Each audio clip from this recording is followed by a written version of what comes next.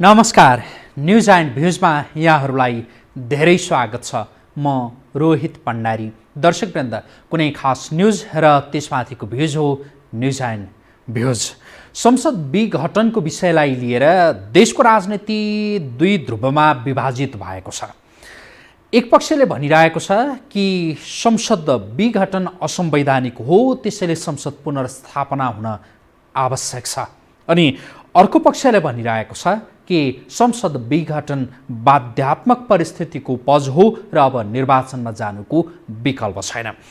विशेष गरी नेकपा जो विभाजित भयो, एक पक्षको नेतृत्व प्रचण्ड माधव नेपालले गरिरहनु भएको छ भने अर्को समूहको नेतृत्व प्रधानमन्त्री केपी शर्मा ओलीले गरिरहनु भएको छ। र ती दुईवटा समूह जसका अलग अलग केन्द्रीय कमिटीका बैठक सम्पन्न भए र ती बैठकहरूले एक अर्काका नेताहरू तान्ने, एक पक्षबाट अर्को पक्षमा नेताहरू तान्ने यो कसरतमा पछिल्ला केही घण्टा लागे र सँगसँगै एकले अर्कालाई कारबाही गर्ने त्यो काम पनि गरे ती दुई समूहले।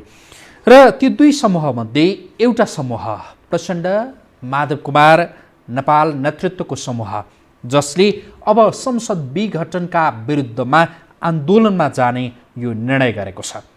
यता ओली समूहले भने अब निर्वाचनमा सबैको त्यो ध्यान केन्द्रित हुनुपर्ने बताएको छ र अग्रगमनका लागि निर्वाचन नै एकमात्र विकल्प रहेको बताएको छ। संसद विघटनको विषयलाई लिएर अब सडक तात्ने यो निश्चित छ, किनकि नेकपाको प्रचण्ड माधव नेपाल समूह मात्रै नभएर नेपाली काङ्ग्रेस, जनता समाजवादी पार्टी लगायतका दलहरूले पनि सडक तताउने निर्णय गरेका छन्। नेकपाको प्रचण्ड माधव नेपाल समूहले पुस 14 गते देशभर प्रदर्शन गर्ने निर्णय गरेको छ र भोलिबाट राजधानी लगायतका देशका विभिन्न स्थानमा विरोध प्रदर्शनलाई त्यो निरन्तरता दिने उसले निर्णय गरेको छ। यद्यपि पुस 14 गतेका दिन चाहिँ देशभर विशाल प्रदर्शन गर्ने प्रचण्ड माधव नेपाल समूहको त्यो निर्णय रहेको छ। यता नेपाली काङ्ग्रेसले 13 गते नै विरोध प्रदर्शन देशभर गर्ने यो निर्णय गरेको छ र जसपा लगायतका अन्य दल र समूहले पनि ती र त्यस्तै निर्णयहरू गरेका छन्। संसद विघटनको विषयलाई लिएर अब सडक तात्ने जुन प्रबल सम्भावना र निश्चित जस्तै छ भनौँ, जे देखिएको छ, यसले अब देशलाई कतातिर लैजाला। फेरि देश कतै यो ढङ्गले सडक तात्दै जाँदा भोलिका दिनमा अराजक स्थिति त उत्पन्न हुने होइन भन्ने यो आम चिन्ता व्यापक रूपमा त्यो देखिएको छ। र हामी आजको न्युज एन्ड भ्युजमा यहाँहरूको मत लिँदैछौँ। विशेष गरी यही संसद विघटनको विषयलाई लिएर सडकमा जाने जुन निर्णय भएको छ, निर्णय गरेका छन् केही दलहरूले, यो निर्णय यहाँहरूलाई कस्तो लाग्यो र यहाँहरू चाहिँ सडकमा हुने त्यो विरोध प्रदर्शनका पक्षमा या यसलाई यसरी भनौँ कि संसद पुनर्स्थापनाका पक्षमा या निर्वाचनका पक्षमा यहाँहरूको मत के छ? हामी यसमा केन्द्रित रहेर यहाँहरूको मत लिनेछौँ। केही बेरपछि यहाँहरूले हामीलाई टेलिफोन गर्न सक्नुहुनेछ।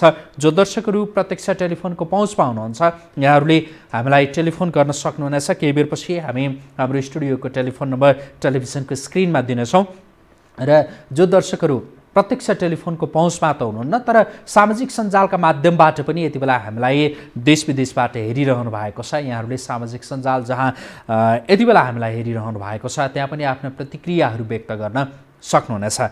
हामी कार्यक्रमको सुरुमा चाहिँ एउटा रिपोर्ट यहाँहरूको माझमा प्रस्तुत गर्दैछौँ कि नेकपाको प्रचण्ड माधव कुमार नेपाल समूह, त्यसै गरी नेपाली काङ्ग्रेस, जसपा लगायतले संसद विघटनका विरुद्धमा देशभर प्रदर्शन गर्ने जुन निर्णय गरेका छन्, यहीसँग सम्बन्धित रिपोर्ट कार्यक्रमको सुरुमा र यो रिपोर्ट पछि हामी थप सामग्री सहित उपस्थित हुनेछौँ।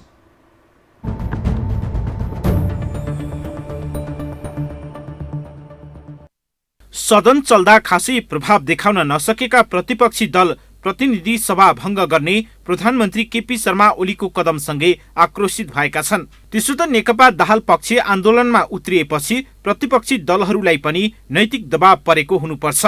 निर्वाचन घोषणाले भित्रभित्रै दङ्ग परे पनि नेपाली काङ्ग्रेसले संसद विघटन विरुद्ध प्रदर्शन गर्ने तयारी गरेको छ। काङ्ग्रेस केन्द्रीय कार्य समितिको बिहिबार बसेको बैठकले प्रधानमन्त्री ओलीको कदम विरुद्ध पुस 13 गते देशका 165 निर्वाचन क्षेत्रमा एकसाथ विरोध प्रदर्शन गर्ने निर्णय गरेको हो। पुस 13 गते सोमबार प्रदर्शन गरिँदै गर्दाखेरि मूल रूपमा प्रतिनिधि सभाको विघटन जो असंवैधानिक छ, अलोकतान्त्रिक छ, सर्वसत्तावादतर्फ उन्मुख कदम छ, यो कदमको विरुद्धमा नेपाली काङ्ग्रेस पार्टीले देशव्यापी रूपमा 165 निर्वाचन क्षेत्रमा प्रदर्शन गर्नेछ। काङ्ग्रेसले पार्टीमा कोही आन्दोलन र कोही निर्वाचनको पक्षमा रहेको भन्ने गलत भएको जनाएको छ। व्यक्तिगत रूपमा कुनै पनि नेताले आफ्नो विचार राखे पनि पार्टीले संसद विघटनको विरुद्धमा जाने निर्णय गरिसकेको उसको भनाइ छ। यता जनता समाजवादी पार्टी नेपाल जसपाले संसद विघटन विरुद्ध आन्दोलनको तयारी गरेको छ। बिहिबार बसेको पार्टीको बैठकले आन्दोलनको रणनीति तयार पारेको हो। अब अहिले त हामीले 3 दिनको जो कार्यक्रम घोषणा गरेका छौँ त्यो त यहाँहरूलाई विदितै छ। हामीले 10 गते चाहिँ पुतला दहनको कार्यक्रम राखेका छौँ प्रधानमन्त्री र राष्ट्रपतिको। 11 गते हामीले मसाल जुलुस गर्ने भनेका छौँ र 12 गते बृहत प्रदर्शन गर्ने हाम्रो तयारी हो। यो 3 दिनको कार्यक्रम, यो चरणको कार्यक्रम त हामीले घोषणा गरिसकेका छौँ। अब यस कार्यक्रमपछि थप कस्तो परिस्थिति सिर्जना हुन्छ त्यस आधारमा हामी चाहिँ थप छलफल गरेर अगाडि बढ्छौँ।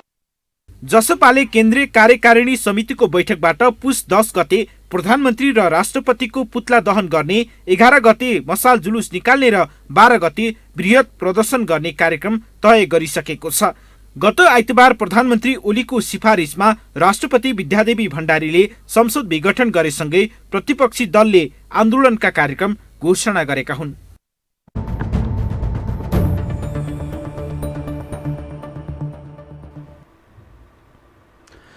संसद विघटन भइसकेपछि यति बेला नेताहरूका आफ्नै भनाइहरू, आफ्नै तर्कहरू सार्वजनिक भइरहेका छन्। नेताहरूले भनिरहेका छन् कि नेकपाकै नेताहरू, विशेष गरी अहिले नेकपा पनि 2 चिरामा त्यो विभक्त छ।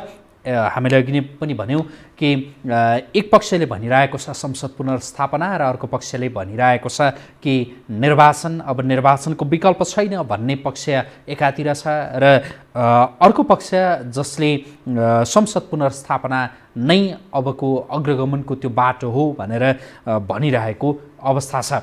संसद विघटन भएसँगै अब यसको असर प्रदेश सरकारहरूमा पनि पर्ने त्यो निश्चित छ र अब कुन कुन प्रदेशका सरकारहरू ढल्ने हुन्, कसको नेतृत्वमा सरकार बन्ने हो, कुन कुन प्रदेशमा कस्तो खालको यो राजनैतिक भूकम्प जाने हो, त्यो अहिले ठ्याक्कै यसै भन्न त सकिन्न।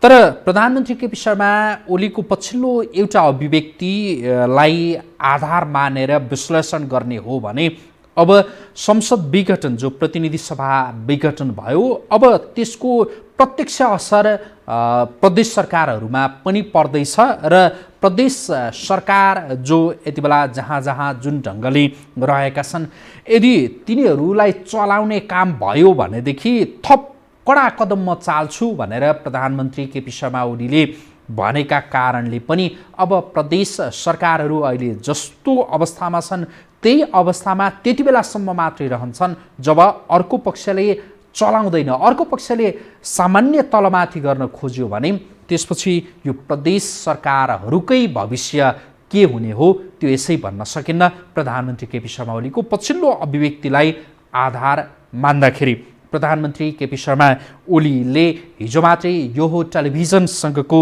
अन्तर्वार्ताका क्रममा आफूले थप कदम चाल्न सक्ने यो बताउनु भएको छ।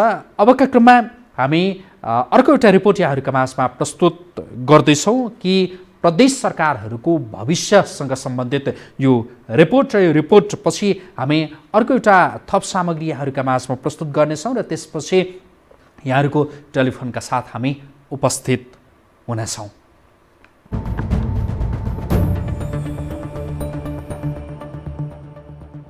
सत्तारूढ पार्टी नेकपा भित्र बढ्दो तनावका बीच दाहाल नेपाल पक्षले अविश्वासको प्रस्ताव दर्ता गर्न खोजेपछि प्रधानमन्त्री केपी शर्मा ओलीले प्रतिनिधि सभा नै भङ्ग गरिदिए।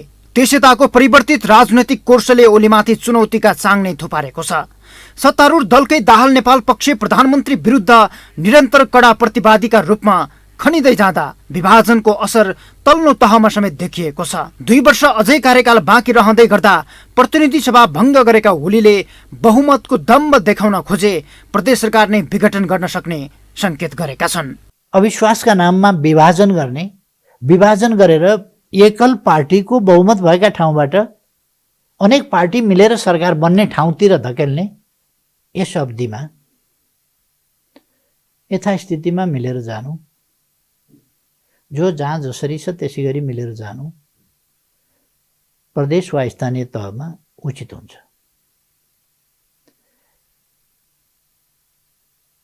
नत्र भने उहाँहरूले कदम चाल्नुभयो भने मैले थप कदम चाल्नुपर्ने हुन्छ। संघमा जस्तै प्रदेश सरकार विरुद्ध अविश्वास प्रस्ताव ल्याउन सकिने र बहुमत देखाउन नसके मुख्यमन्त्री पदमुक्त हुने संवैधानिक व्यवस्था छ। तर प्रधानमन्त्री ओलीले आफू समर्थक मुख्यमन्त्री विरुद्ध बहुमत र अल्पमतको कुरा नउठाउन दाहाल नेपाल पक्षलाई चेतावनी दिएका छन्।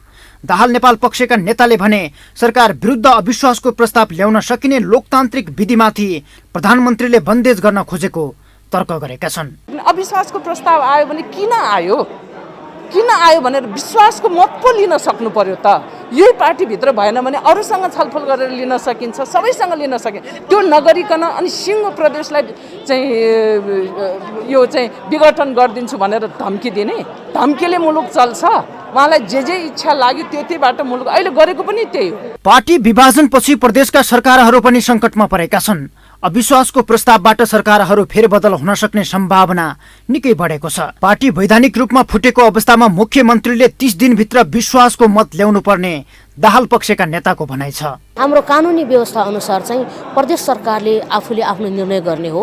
एउटा मात्रै प्रावधान संविधानमा के छ भने यदि केन्द्रमा कुनै पनि दलको पार्टी फुट्यो भने त्यो पार्टीको मुख्यमन्त्रीको हैसियतले उहाँले विश्वासको मत 30 दिनभित्र प्राप्त गरेको हुनुपर्छ। यदि पार्टी फुट्यो भनेर नै भोलि फैसला भएको अवस्थामा त्यो आकर्षित हुन चाहिँ सक्छ। प्रधानमन्त्रीलाई केन्द्रमा सत्तारूढ पार्टीबाटै घेराबन्दीमा पारेर काम गर्ने वातावरण नदिएको भन्दै ताजा जनादेशका लागि गएको ओली पक्षको दाबी छ। ओली पक्षका नेताहरूका अनुसार प्रदेश सरकार अराजक ढङ्गले चल्न खोजे विघटनको बाटोमा जाने बताउँछन्। सायद प्रदेश तहका सरकारमा पनि अराजक ढङ्गले सरकारहरू अगाडि बढ्न थाले भनेपछि अगाडि कदम चाल्न सक्नुहुन्छ। त्यो प्रधानमन्त्री अधिकारको कुरा हो। यसमा त वास्तवमा हामीले अनुमान मात्रै गर्न सक्छौँ, अहिले भोगिसकेका छैनौँ। तर भोलि यदि प्रदेश सरकारहरूले पनि व्यक्तित्वपूर्ण ढङ्गले जस्तै कर्णाली प्रदेशलाई हेर्नुभयो भनेपछि हेर्नुहोस् अराजकता सीमा छ। निवेदन लिएर जानुहोस्, नागरिकताको फोटोकपी लिएर जानुहोस्, लाखौँ रुपियाँ भुक्तान लिनुहोस्, लाखौँ रुपियाँ तपाईँको चाहिँ अनुदानमा लिनुहोस्, त्यहाँ कुनै पनि मूल्य मान्यता छैन। हाल 7 प्रदेशमध्ये प्रदेश 1 बागमती, गण्डकी र लुम्बिनीमा ओली निकटका मुख्यमन्त्री छन्। अहिलेको परिस्थितिमा सबैले बहुमत गुमाउँदै गएको देखिन थालेको छ।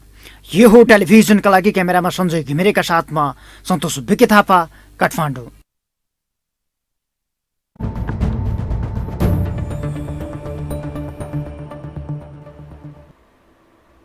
संसद विघटनको त्यो असर प्रदेश सरकारहरूमा पनि पर्ने देखिएको छ र प्रदेश सरकारलाई ढाल्ने प्रदेश सरकारहरू जो 7 प्रदेशमा रहेका छन् ती प्रदेश सरकारहरूलाई कोही कसैले ढाल्नतिर लाग्यो भने र अहिलेको अवस्थामा थोरै मात्रै तलमाथि गर्ने त्यो प्रयास भयो भने मैले जानेको छ भने जसरी प्रधानमन्त्री प्रस्तुत हुनुभएको छ त्यसरी भोलिका दिनमा के होला त्यो अहिले यसै भन्न सकिन्न।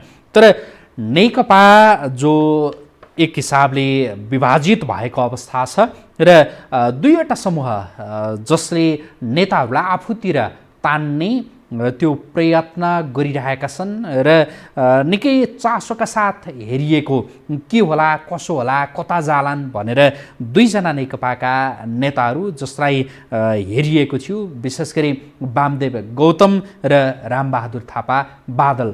त्यसमध्ये वामदेव गौतमले अझै पनि त्यो कित्ता क्लियर गरेको अवस्था छैन, तर रामबहादुर थापा बादल जो लामो समयसम्म प्रचण्डका साथमा रहनु भएको थियो उहाँले प्रचण्डको साथ छोडेर ओलीको साथ मा लाग्नु भएको छ, ओली पक्षतिर आफूलाई खुलाउनु भएको छ। आजबाट लामो समयसम्म प्रचण्डका साथमा रहेर त्यो खेमा छोडेर ओलीतिर लाग्नुभएका रामबहादुर थापा बादलले अबको विकल्प निर्वाचन नै रहेको र यो निर्वाचन अग्रगमनका लागि भएको यो दाबी गर्नुभएको छ। ओली पक्षको केन्द्रीय कमिटीको बैठकलाई सम्बोधन गर्दै रामबहादुर थापा बादलले। हामी अबका क्रममा रामबहादुर थापा बादलले किता क्लियर गरेकोसँग सम्बन्धित यो रिपोर्ट यहाँहरूका माझमा प्रस्तुत गर्छौँ र यो रिपोर्ट लगत्तै यहाँहरूको टेलिफोनका साथ हामी उपस्थित हुनेछौँ।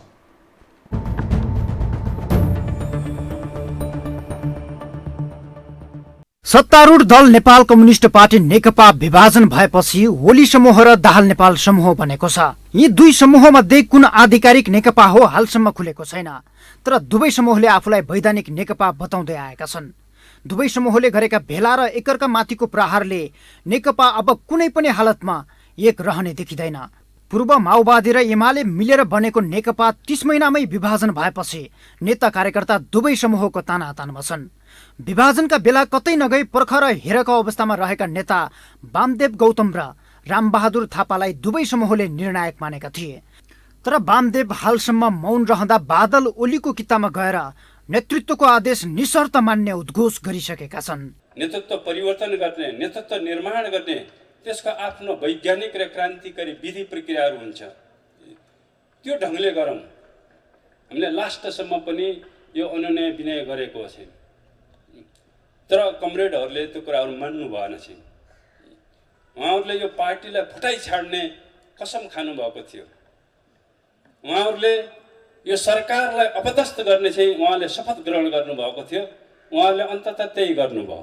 जनयुद्ध र त्यसपछिको दशक लामो सहयात्रा दाहालसँग गरेका बादलले सहअध्यक्ष र ओलीपछिको वरियता पाउने गरी ओली समूहमा गएको बुझिएको छ। ओलीको कित्तामा गएसँगै थापाले विघटित संसद पुनर्स्थापना हुन्छ भन्नु पश्चगामी भएको बताए। उनले दाहाल पक्षलाई लक्षित गर्दै निर्वाचनबाट प्रतिगामी शक्तिलाई परास्त गरे मात्रै जनताले विभाजित कम्युनिस्टलाई एक बनाउने बताए। हामीले ती फुटवादीहरूलाई, यो आन्दोलन विभाजित गर्ने प्रतिगामीहरूलाई हामी परास्त गर्न सकिन्छ। उनीहरूलाई चाहिँ हामीले एक्सपोज गर्न सकिन्छ। त्यसकारणले मध्यावधि निर्वाचन, एउटा नयाँ आन्दोलन, एउटा नयाँ अभियान एकताको निम्ति जरुरी छ। तत्कालीन नेकपा माओवादी विभाजन हुँदा पनि थापाले दाहालको साथ छोडेर मोहन वैद्यलाई रोजेका थिए। तर पछि किरणको साथ छोडेर बादल सहितका पूर्व माओवादी घटकहरूले दाहालसँग एकता गरी माओवादी केन्द्र बनेको थियो। हाल थापा ओलीको कित्तामा गए पनि उनी निकटका अधिकांश नेता दाहाल नेपालको पक्षमा सामेल भएका छन्। यो हो टेलिभिजनका लागि क्यामेरामा सञ्जय घिमिरेका साथमा सन्तोष भिके थापा, काठमाडौँ।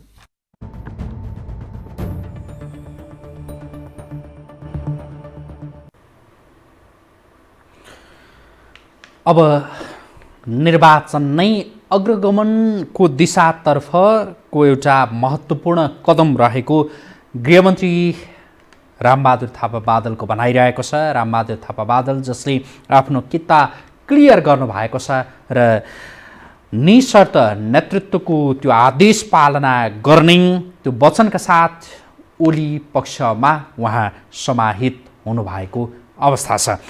हामी अबका क्रममा यहाँ दर्शकहरूको टेलिफोन लिँदैछौँ। जो दर्शकहरू प्रत्यक्ष टेलिफोनको पहुँचमा हुनुहुन्छ, यहाँहरूले हामीलाई टेलिफोन गरेर आफ्ना प्रतिक्रियाहरू व्यक्त गर्न सक्नुहुनेछ।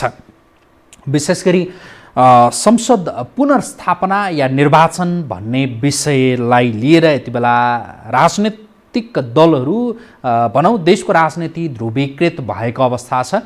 यहाँहरू चाहिँ के का पक्षमा हुनुहुन्छ, निर्वाचन या संसद पुनर्स्थापना? हामी यसैमा केन्द्रित रहेर यहाँहरूलाई आफ्नो विचार राख्नका लागि आग्रह गर्दछौँ। कोही दर्शक टेलिफोन सम्पर्कमा आइसक्नु भएको छ। कहाँबाट को हुनुहुन्छ? हामी उहाँसँग कुराकानी गर्दैछौँ।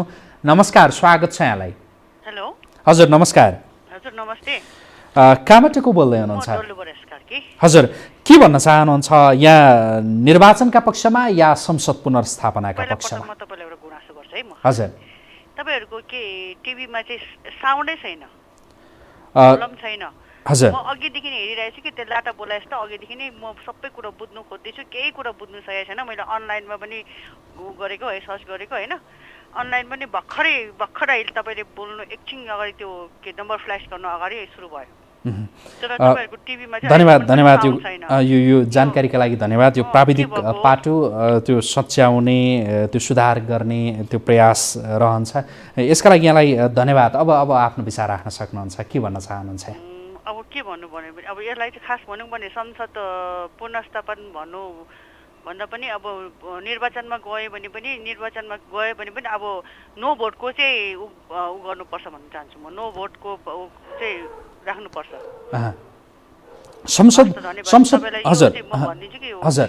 संसद पुनर्स्थापनाको पक्षमा हुनुहुन्न तपाईँ? संसद पुनर्स्थापनाको लागि चाहिँ अब यो अहिले त्यत्रो त्यो के अरे सांसदहरू जति कामै नलाग्ने सांसदहरू भयो, बिना विभागको मन्त्रीहरू जुन भत्ता तलब खाएको छ सबैलाई त्यो छानबिन गरेर छनौट गरेर छाटेर चाहिँ संसद पुनर्स्थापन गऱ्यो भने चाहिँ यसलाई सही हो, होइन भने चाहिँ यसलाई चाहिँ विखण्डन नै गर्नुपर्छ भन्छ। हजुर, हस्, धन्यवाद यहाँलाई। धन्यवाद हामीलाई टेलिफोन गर्नुभयो, आफ्नो विचार राख्नुभयो, सँगसँगै जुन यहाँले जे समस्या औँल्याइदिनु भयो यसका लागि पनि यहाँलाई धन्यवाद भन्न चाहन्छौँ। हामी यहाँहरूको टेलिफोन लिन हामीले सुरु गरेका छौँ। हामीलाई यति बेला विभिन्न स्थानबाट हेरिरहनु भएका दर्शकहरू, यहाँहरू के भन्न चाहनुहुन्छ? संसद पुनर्स्थापना या निर्वाचन या के को पक्षमा हामी यही सोधिरहेका छौँ। अर्का कोही दर्शक यति बेला प्रत्यक्ष टेलिफोन सम्पर्कमा आइसक्नु भएको छ। कहाँबाट को हुनुहुन्छ? नमस्कार, स्वागत छ यहाँलाई।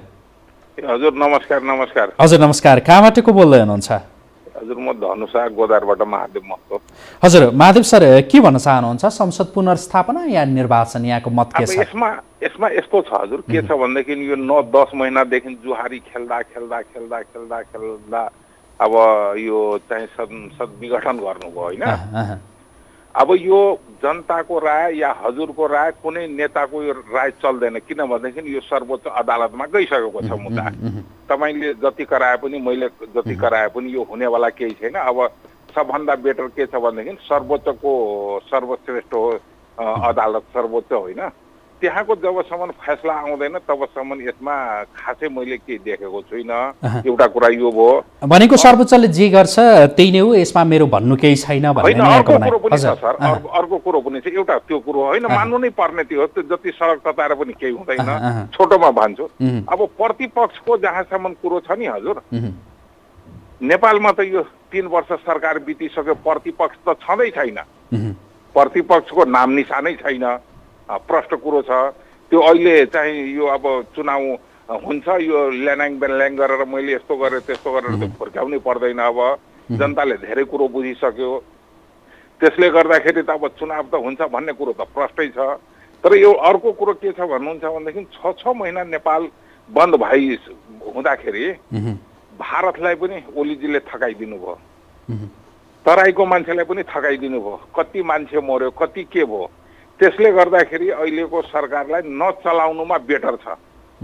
जे नहुने घटना त भइसक्यो, तर यो सरकारलाई चलाएर यो रोड तातो गरेर चाहिँ म यस्तो गरौँला भनेर त्यो नचिताए पनि हुन्छ। यो दुर्घटना अहिले केही भएको छैन, यो भन्दा भयभीत दुर्घटना हुन्छ।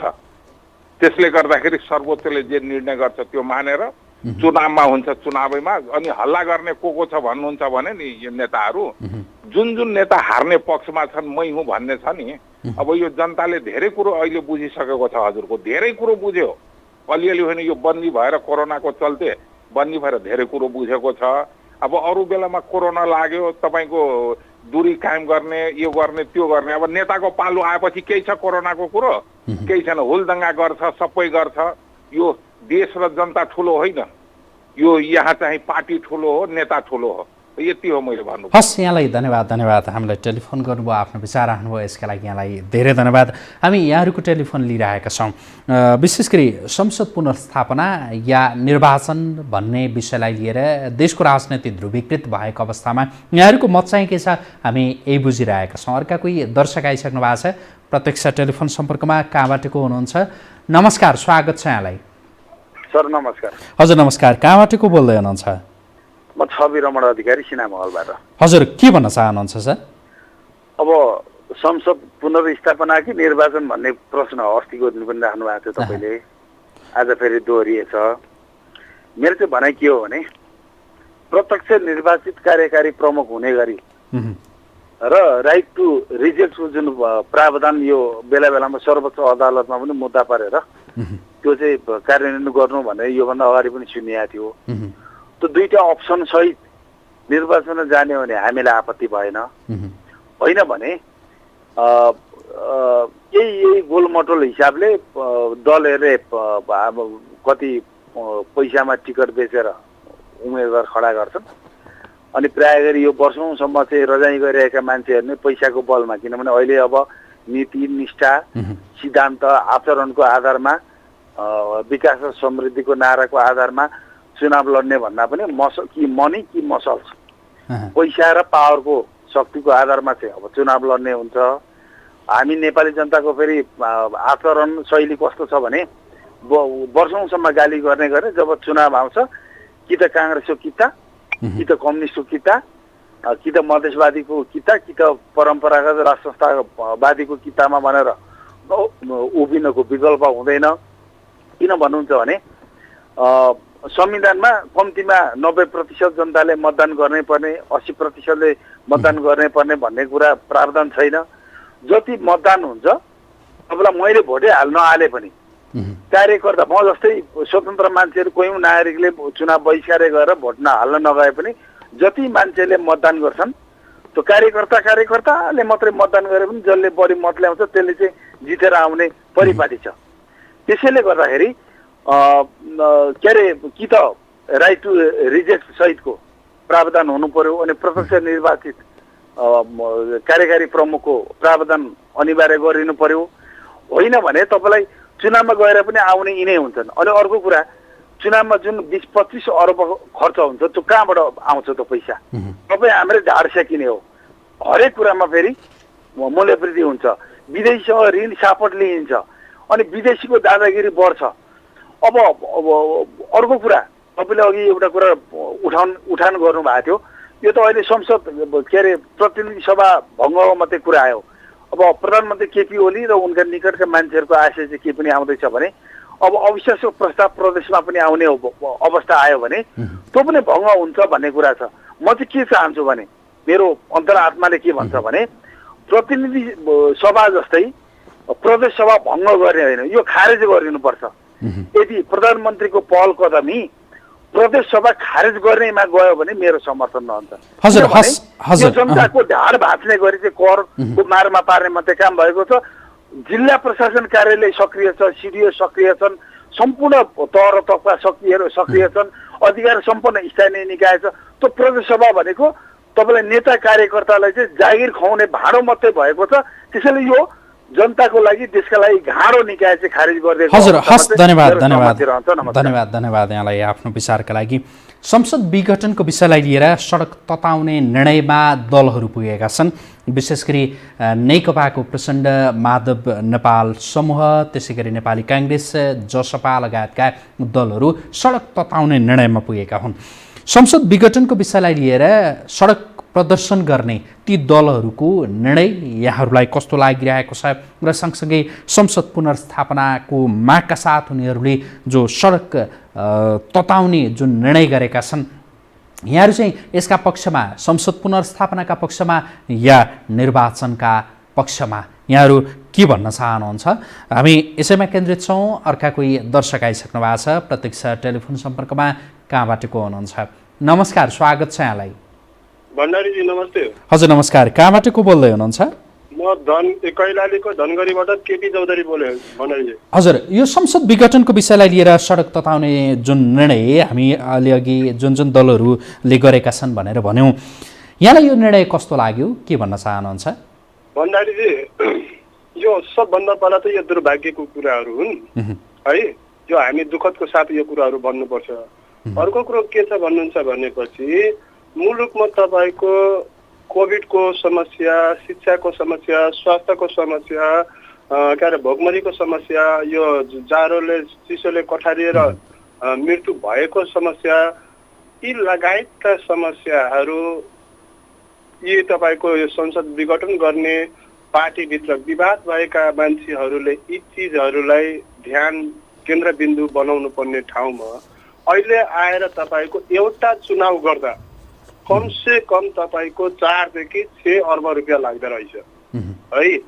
ती रकमहरू तपाईँको मुलुकमा लगानी, किसानलाई लगानी, खादमा लगानी गरेको भए, स्वास्थ्यमा लगानी गरेको भए कमसे कम देशको जनताको जनजीवनको स्तरमा केही तपाईँको के अरे वृद्धि हुन्थ्यो भन्ने एउटा आशाहरू देखिन्थ्यो। तर आज दुर्भाग्यको साथ तपाईँले यो जुन सोधिराख्नु भएको संसद विघटन ठिक कि यो तपाईँको पुनः स्थापना भएको ठिक भन्दा पनि यो भन्दा पनि यो सरकारहरूमा रहेका मान्छेहरूको मति बिग्रेको अवस्था भएकै कारणले यो तपाईँको यो दुईटै पक्षले घरमा तपाईँको श्रीमान श्रीमतीमा विवाद भयो, झगडा भयो, दाजुभाइमा झै झगडा भयो, आमा बुवासँग झै झगडा भयो भन्दैमा छरछिमेकीलाई कुट्ने हो त, छोराछोरीलाई कुट्ने हो त, त्यो त होइन नि त। त्यसले गर्दा उहाँहरूको त आन्तरिक विवाद भएको कारणले उहाँहरूले आफ्नो समस्या आफै त्यो सल्भ गर्नुपर्ने थियो, त्यो रोडमा नल्याउनु पर्ने। अब ल्याइहाले पनि तपाईँको यो संसद अहिले पुनः स्थापना नगरी त्यसको विकल्पहरू केही छैन, किनभने यो सरकार देश कसैको चाहिँ दाइजो पनि होइन, यो कसैको निजी पनि होइन। हजुर, हस्, धन्यवाद यहाँलाई आफ्नो विचारका लागि। संसद विघटनको विषयलाई लिएर सडक तताउने निर्णय जुन दलहरूले गरेका छन्, यो निर्णय यहाँहरूलाई कस्तो लाग्यो के भन्न चाहनुहुन्छ? हामी यसैमा केन्द्रित रहेर यहाँहरूको मत लिइरहेका छौँ। अर्का कोही दर्शक यति बेला आइसक्नु भएको छ प्रत्यक्ष टेलिफोन सम्पर्कमा। कहाँबाट को हुनुहुन्छ? नमस्कार, स्वागत छ यहाँलाई। हजुर सर, नमस्ते। हजुर नमस्कार, कहाँबाट को बोल्दै हुनुहुन्छ? म गुल्मीदेखि भूपेन्द्र कणेल। हजुर भूपेन्द्र सर, के भन्न चाहनुहुन्छ? सर के भनौँ सर, अब भन्दै थाकियो। अब यो संसद पुनर्स्थापना अनि निर्वाचनमा त अब यो पुनर्स्थापना गरेर आउने यिनै भेडा हुन्, अरू आउने होइनन्। यो खर्च अरबौँ खर्च गरेर यिनी भेडा फेरि के अरे 20 अरब 30 अरब खर्च गरेर यिनी भेडा ल्याउन भन्दा बरु यो कमसेकम यो 2 वर्षको लागि यिनैलाई पुनर्स्थापना गरेर यिनलाई अझै 2 वर्ष लड्न देऊ। त्यसपछि नयाँ के अरे जनादेश अनुसार फेरि 2 वर्षपछि चुनाव गरेमा अति राम्रो हुने थियो। यिनीहरूको बुद्धिमा भैटोमा घाम त लाग्दैन हेर्नुहोस्।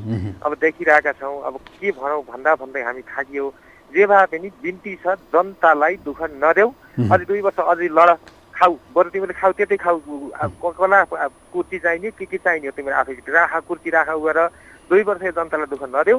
तिमीलाई 20 अरबमा हामीले साट्न सक्दैनौ, अब फेरि साट्ने हो, तिमीलाई साट्ने हो, पैसा साट्ने हो होइन। यो बेगाना जनतालाई यो महँगी नबढाऊ, अनि पछि जनतालाई काम गरेर खान देऊ, खुरुखुरु जागिर गर्न देऊ, यो अवरोध नल्याऊ, सिस्टम नबिगाएर जति हो अझ 2 वर्ष लुछाचुडी गरेर खाऊ। त्यसपछि 2 वर्षपछि हामी अर्को जनादेश दिन्छौँ, त्यही अनुसार जाउला। अब यो संसद के अरे निर्वाचन गरेर पैसाको खोलो नबगाऊ भन्छु मैले त। हजुर, हस्, धन्यवाद यहाँलाई आफ्नो विचारका लागि। हामीलाई टेलिफोन गर्नुहुने र अहिलेसम्म हेरेर साथ दिनुहुने तपाईँ सम्पूर्ण दर्शकहरूका प्रति हार्दिक आभार व्यक्त गर्दै आजका लागि न्युज एन्ड भ्युज हामी यहीँ सक्छौँ। यो हो टेलिभिजन, हेर्दै गर्नुहोला। नमस्कार।